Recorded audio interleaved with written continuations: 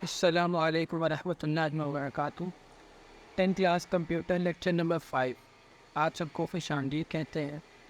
आज का जो हमारा टॉपिक है वो variables, data types, rules for naming variables. Basically हमारा टॉपिक कंप्लीट वेरिएबल के ऊपर है। इससे पहले भी हम थोड़ा सा वेरिएबल को डिस्कस कर चुके हैं, लेकिन हमने उसको कम्प्लीटली डिस्कस नहीं किया। तो अब हम इस लेक्चर के अंदर वेरिएबल्स को मेनली देखेंगे। अच्छा, आप देखते हैं कि वेरिएबल्स क्या होते हैं और कैसे वर्कआउट करते हैं। लास्ट लेक्चर में हमने थोड़ा सा देख लिया था। वेरिएबल मेमोरी लोकेशन होती है जो डाटा को स्टोर करती है, और वेरिएबल का कोई ना कोई नाम होता है उसकी पहचान के लिए, आइडेंटिफाई करने के लिए, ताकि जब भी हमें मेमोरी में से उस डाटा की ज़रूरत पेश आए तो हम वेरिएबल नेम के ज़रिए उसको कॉल आउट कर सके, बुला सके। और वेरिएबल की वैल्यू चेंज हो जाती है प्रोग्राम में। अब देखें, मेमोरी लोकेशन तो है वेरिएबल। अब डाटा टाइप क्या होती है वेरिएबल की? डाटा टाइप हमारे पास, देखिए, डाटा स्टोर करने के लिए हमारे पास कोई ना कोई स्पेस होनी चाहिए। अब स्पेस में आप देखें डिफरेंट काइंड्स ऑफ डाटा को स्टोर करवाते हैं। अगर कंप्यूटर में बात किया जाए तो हमारे पास डाटा कौन कौन सा आ जाता है?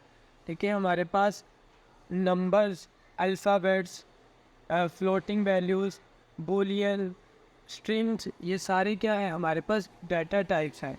तो हमें इस किस्म की वैल्यूज़, अब एक ही वेरिएबल में तो नहीं सारी वैल्यू स्टोर करवाई जा सकती ना, तो इसीलिए हमने वेरिएबल्स की डाटा टाइप डिक्लेयर कर दी और उन्हें डिफरेंट पार्ट्स में डिवाइड कर दिया। तो देखिए, हमारे पास सी प्रोग्रामिंग में मेनली 3 डाटा टाइप है जिन पे हम बात करेंगे। इंट, फ्लोट, चार। Int means integer. Integer values आपको पता है जो हमारे पास सिंपल नंबर्स होती हैं, 0 और +-1 +-2, वो नंबर्स हमारे पास वो उन चलते जाते हैं। फ्लोट हमारे पास पॉइंट वाली वैल्यू हो जाती है। अगर देखें, हम देखें इंट, इंट टाइप डिक्लेयर करने के लिए हम इंटीजर टाइप को डिक्लेयर करने के लिए इंट लिखेंगे। वेरिएबल जब डिक्लेरेशन में हम टॉपिक में आएंगे तब हम देखेंगे ये इंट और वेरिएबल नेम ये क्या चीज़ें होती है। अभी फिलहाल के लिए आप इसको समझें, ठीक है। अब मैं एक वेरिएबल डिक्लेयर करो इंट ए, ठीक है, उसको कोई वैल्यू हम असाइन कर रहे हैं। अब देखिए, 4 असाइन कर सकते हैं, -4 कर सकते हैं, 0 कर सकते हैं, तो ये वैल्यूज इंटीजर टाइप होती है। लेकिन अगर हम बात करें फ्लोट की, तो हम फ्लोट यानी जो पॉइंट वाली वैल्यूज होती है, जिसमें हम डेसिमल पॉइंट या फ्लोटिंग पॉइंट के बाद भी वैल्यूज एंटर करवाते हैं, तो हम एक वेरिएबल डिक्लेयर करते हैं float v is equal to, हम इसकी वैल्यू 3.2 -3.2 सो ऑन, इसी तरह वैल्यूज पॉइंट वाली वैल्यूज को रख सकते हैं। फिर हमारे पास आ जाती है चार डाटा टाइप, सॉरी, चार डाटा टाइप। अब देखिए, करेक्टर डाटा टाइप हमारे पास क्या होती है, जिसके अंदर हम करेक्टर्स को स्टोर करवा सके। देखिए, अब इसमें कौन से करेक्टर्स आ सकते हैं? मैं एक character data type variable C ने तो उसके अंदर वैल्यू स्टोर करवाता हूँ, और करेक्टर में वैल्यू स्टोर करवाने के लिए याद रखिए कि हमें सिंगल कोट्स के अंदर वैल्यू लिखनी होगी। ए, कैपिटल ए, आप क्वेश्चन मार्क भी स्टोर करवा सकती है, नंबर भी स्टोर करवा सकते हैं, लेकिन करेक्टर डाटा टाइप है तो वो उसको एक करेक्टर, सिंगल करेक्टर ही कंसीडर करेंगे। और ये याद रखो कि करेक्टर डाटा टाइप में ओनली सिंगल करेक्टर आता है। इंट आपके पास 4 बाइट्स का होता है ऑलमोस्ट, फ्लोट भी आपके पास 4 बाइट्स ही होती है। करेक्टर डाटा टाइप आपके पास सिंपल एक ही बाइट डाटा स्टोर करती है, जो कि एक सिंगल करेक्टर होता है। अब वो करेक्टर कोई भी हो सकता है, आपको मैंने अभी एग्जांपल दी जैसे। अब अगर मैं जरा इसकी बात करें, इसको हम कमेंट कर देते हैं। फिलहाल हम आगे चलते हैं। हमारे पास rules for naming variable, variable के नेम रखने के रूल्स क्या है। डाटा टाइप आपका टॉपिक क्लियर हो गया। हमने इन 3 पे ही बात करनी है।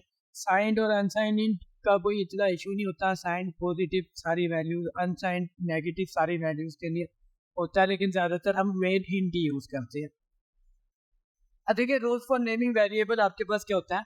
वेरिएबल नेम के contain alphabets, number, underscore symbol. यानी आपने वेरिएबल का नेम रखने ना, एक फर्क करें, मैं इंटीजर टाइप वेरिएबल ले लूँ, उसका मैं कोई नेम रख लूँ, तो मैं ऐसे रख सकता हूँ, व्हेन स्टूडेंट अंडरस्कोर 1, स्टूडेंट 1। अब ये अंडरस्कोर था, हमारे पास एक स्पेशल सिंबल है जो कि हम यूज कर रहे हैं एज ए स्पेस के तौर पे, क्योंकि वेरिएबल नेम के दरमियान हम स्पेसेस नहीं दे सकते। अगर देखें, मैंने स्पेस दी है तो नंबर अलग हो गया और वेरिएबल स्टूडेंट अलग हो गया, तो इसलिए हम स्पेसेस नहीं देते। तो हम उसमें अगर स्पेस हमें ज़रूरत है तो हम अंडरस्कोर के ज़रिए दे सकते हैं।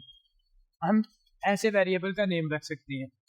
अब खुद देखें कि उसके अंदर अल्फ़ाबेट्स भी आ रहे हैं, नंबर भी आ रहे हैं, अंडरस्कोर भी आ रहा है। आप नहीं चाहते तो आप ना रखें, आप सिंपल इतना रख सकती हैं, इतना रख सकती हैं, नंबर्स ना यूज़ करें, अंडरस्कोर भी ना यूज़ करें, अल्फ़ाबेट्स ही सिर्फ यूज़ कर लें। तो इसी तरह हम वेरिएबल नेम रखते हैं। दूसरी कंडीशन आ जाती है variable name can only start with alphabet और सिंबल। आप वेरिएबल नेम स्टूडेंट मतलब अल्फ़ाबेट से स्टार्ट कर सकते हैं, स्टूडेंट 1 या स्टूडेंट अंडरस्कोर 1 लिख दिया, ये भी आपका करेक्ट है। लेकिन अगर आप एक वेरिएबल डिक्लेयर करें अंडरस्कोर स्टूडेंट, ये भी करेक्ट है आपका। लेकिन अगर आप डिक्लेयर करते हैं कि 1 अंडरस्कोर स्टूडेंट, तो ये आपके पास इनकरेक्ट डाटा टाइप आएगी। ठीक है, उसका रीज़न ये है सॉरी इनकरेक्ट वेरिएबल डिक्लेरेशन होगी, वेरिएबल नेम इनकरेक्ट रखेंगे। देखिए ये वेरिएबल नेम असल में आइडेंटिफायर है, ये वो पहचान है जो हम आगे फर्दर यूज़ करेंगे जब भी हमें वेरिएबल की वैल्यू को कॉल आउट करना होगा। तो ये याद रखें कि वेरिएबल नेम बहुत इंपॉर्टेंस रखता है।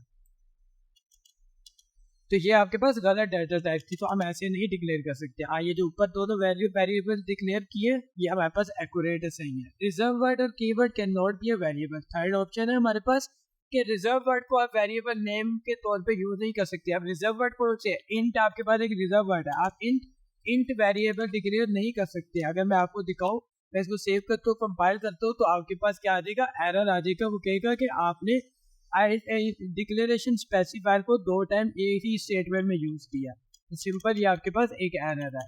अगर मैं आपको लास्ट ऑप्शन भी दिखा दूं, अल्फाबेट्स और सिंबल में जो आपको अंडर आप नंबर पहले नहीं यूज कर सकते थे, देखिए मैंने नंबर पहले यूज कर लिया। ठीक है, अब मैं सिंपल इतना सा नाम लिखता हूँ और इसको सेव करके कंपाइल करता हूँ, तो आप इनको एरर आना, वो कह रहे हैं कि underscore std on integer format है, उससे पहले जो आपने वैल्यू लिखी है वो आपके पास इनकरेक्ट है, यानी नंबर को वो कंसीडर ही नहीं करना। तो ये भी आपके पास एरर दे रही है। जो रिजर्व वर्ड यानी printf को भी आप वेरिएबल नेम नहीं रख सकते, आप ऐसे नहीं रख सकते, इंट printf नहीं रख सकते।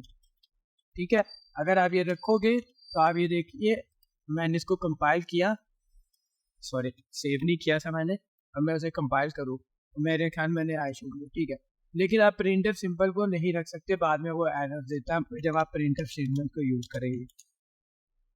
Variable name length does not matter but short name preferred the most. देखिए वो सब हमारे पास स्टेटमेंट है कि वेरिएबल नेम की जो लेंथ है ना, जितनी मर्जी आप रखिए उसका इशू नहीं है, लेकिन ये बात याद रखें कि जितना शॉर्टर होगा वेरिएबल नेम उतनी आपको आसानी होगी। देखिए अगर मैं हाइट यूज़ कर रहा हूँ सिंपल, तो मुझे जहाँ पर भी वेरिएबल को कॉल आउट करना होगा, यूज़ करना होगा, तो मैं हाइट पूरा ही लिखूंगा। सारी बात है, मैं अब हर जगह स्पेलिंग चेंज नहीं कर सकता।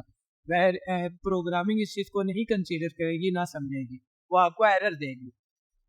लेकिन अगर मैं हाइट की जगह एच रख लूँ और आगे एक कमेंट दे दूँ, H for height of an object, मतलब किसी ऑब्जेक्ट की हम हाइट ले रहे हैं एच, तो आपको यहाँ पे पता चलेगा एच वेरिएबल किसी ऑब्जेक्ट की हाइट के लिए, ताकि पढ़ने वाले को, जो रीडर हो, कोई दूसरा शख्स आपका प्रोग्राम देखे, उसे समझ में आ जाए कि आपने एच वेरिएबल किसने डिक्लेयर की है। तो सिंपल हम इसीलिए एच को यूज़ कर लेते हैं। तो याद रखें कि जो हमारे पास वेरिएबल्स बहुत अहम रोल प्ले करेंगे हमारी प्रोग्रामिंग में, और आपको इनको समझने की बड़ी बहुत से ज़रूरत है। अगर कोई चीज़ समझ नहीं आए तो आप कमेंट में ज़रूर लाजमी पूछें, और वीडियो पसंद आई है तो लाइक शेयर करें और चैनल को सब्सक्राइब करें, ताकि आप आने वाली वीडियो से आगाह रहे, आपको पता रहे कि वीडियो न्यू लेक्चर हमारे पास आ चुका है। ओके, अल्लाह हाफिज़, ख्याल रखिएगा।